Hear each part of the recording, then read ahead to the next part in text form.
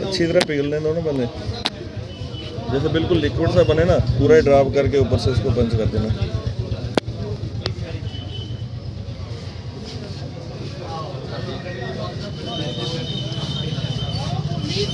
डाल दो फटाफट, हाँ ऐसे ना ना, जब ठंडा हो गया तो फिर मुश्किल हो जाता है। चलो यहाँ पे देखिए दुकान को जो है वो सीज कर दिया गया और फिलहाल ये विजुअल्स आप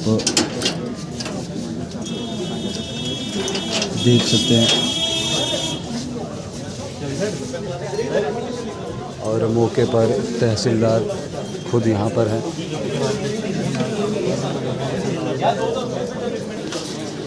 और ये आप ये देखिए साफ तौर पे ये गन्स की शॉप थी और यहाँ पर सीज कर दिया गया। और ये आप ये देखिए ताला जो है वो यहाँ पे लगा दिया गया है।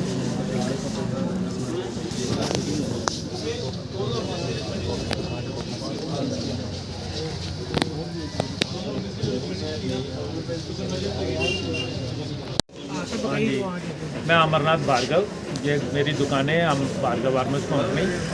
और ये हमने लाइसेंस मुझे 1979 में मिला था। वो जेके 1979 में मिला था, मैं 73 से काम कर रहा हूँ ये जी। तो 1979 में मुझे ये लाइसेंस मिला भार्गव आर्मर्स कंपनी का।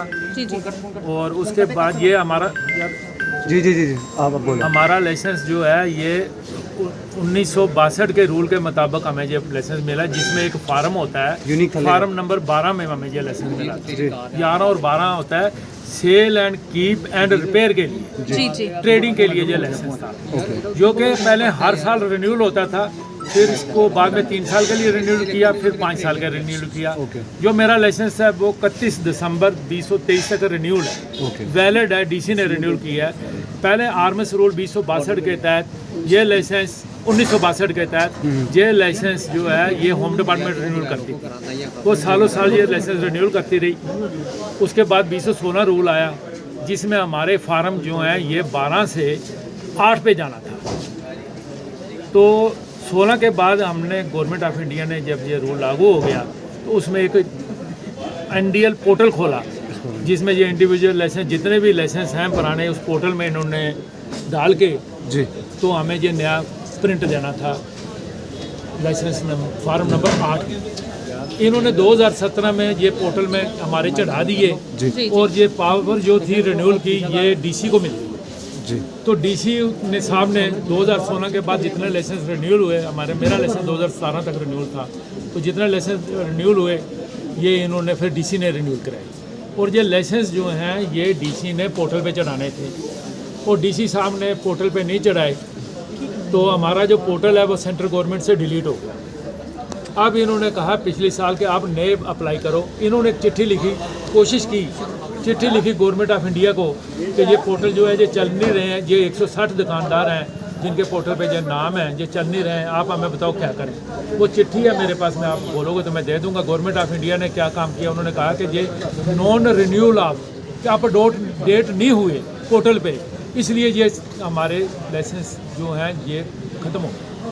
इन लाइसेंसों को गवर्नमेंट ऑफ इंडिया ने एक लेटर और निकाला था 2020 में कि जो लाइसेंस NDL में नहीं चढ़े हैं उन लाइसेंसों को आप कैंसिल समझें कि वो लाइसेंस कैंसिल है। तो उसी बेस पे इन्होंने लेके हमें एक लेटर लिखा, एक सर्कुलर निकाला अप्रैल में, मार्च में DC को कि ये लाइसेंस जो पोर्टल पे NDL पे नहीं चढ़े, जिनका UNI नंबर नहीं लगा है, यूनिक नंबर नहीं लगा है, वो लाइसेंस जो है गवर्नमेंट ऑफ इंडिया ने 2020 में एक आर्डर निकाला है, उसके तहत ये कैंसिल है। तो इन्होंने हमारे 2023 में सेल बंद कर दी, जून जुलाई में हमें लेटर निकाला, हमारी सेल बंद कर दी, जो कि पोर्टल पे थे, जो कि हमारे पोर्टल में थे।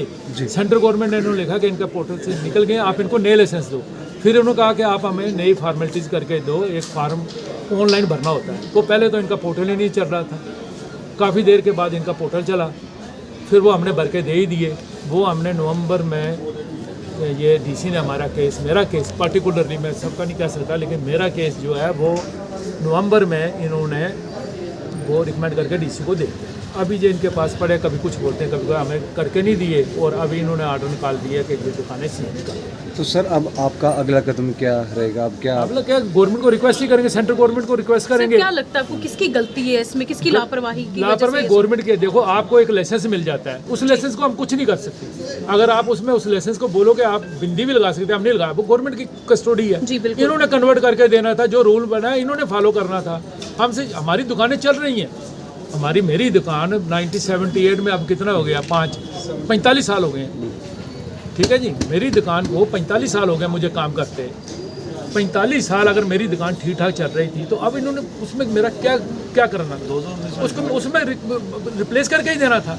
मैं कोई नया थोड़ी ले रहा हूँ, फिर भी हमने फॉर्मेलिटीज़ की हैं सारी जी। अब ये मेरी तो तरफ से यही है कि अगर मेरा कोई एज ए कोई मुझे सीनियर सिटीजन, जो कोई इतने साल मैंने काम किया, 45 साल लाइफ के बहुत होते हैं, कितने एम्प्लॉई हैं मेरे, बिल्कुल, जो कि छोटे छोटे बच्चे आए थे मेरे पास, अब उनके बच्चे भी जवान हो गए हैं, सारे मेरे पे डिपेंड हैं।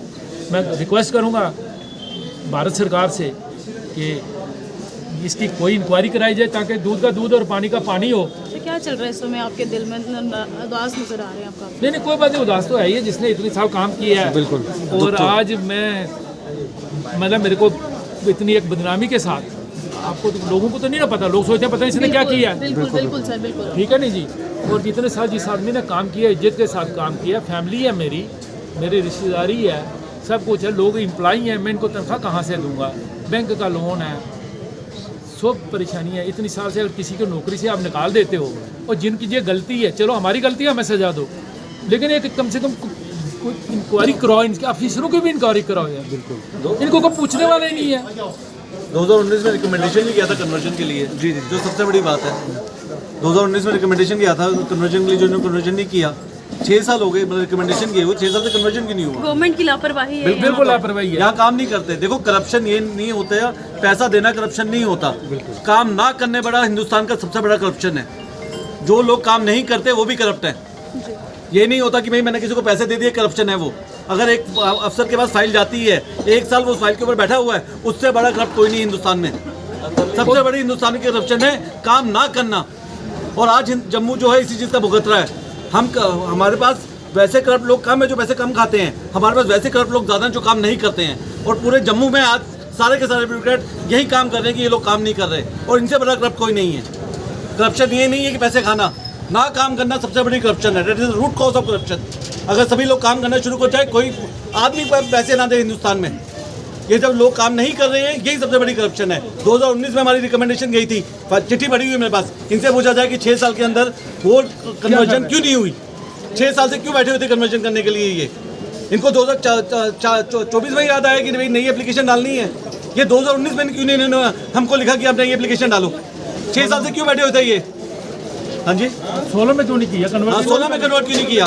पूरे हिंदुस्तान में सारी की सारी स्टेटों का आप डाटा मंगा लो, 2 साल के अंदर सभी लोगों के लाइसेंस फॉर्म 8 में कन्वर्ट हो गए। आज 8 साल हो गए, आज 8 साल हो गए हैं। इन्होंने कन्वर्ट क्यों नहीं किया? इन्होंने लाइसेंस हमारे जम्मू के लाइसेंस को नहीं ऑल ओवर J&K, जी, ऑल ओवर J&K। ये होम डिपार्टमेंट की गलती है। हम डीसी की भी नहीं बोलते, ये सारी गलती होम डिपार्टमेंट की है।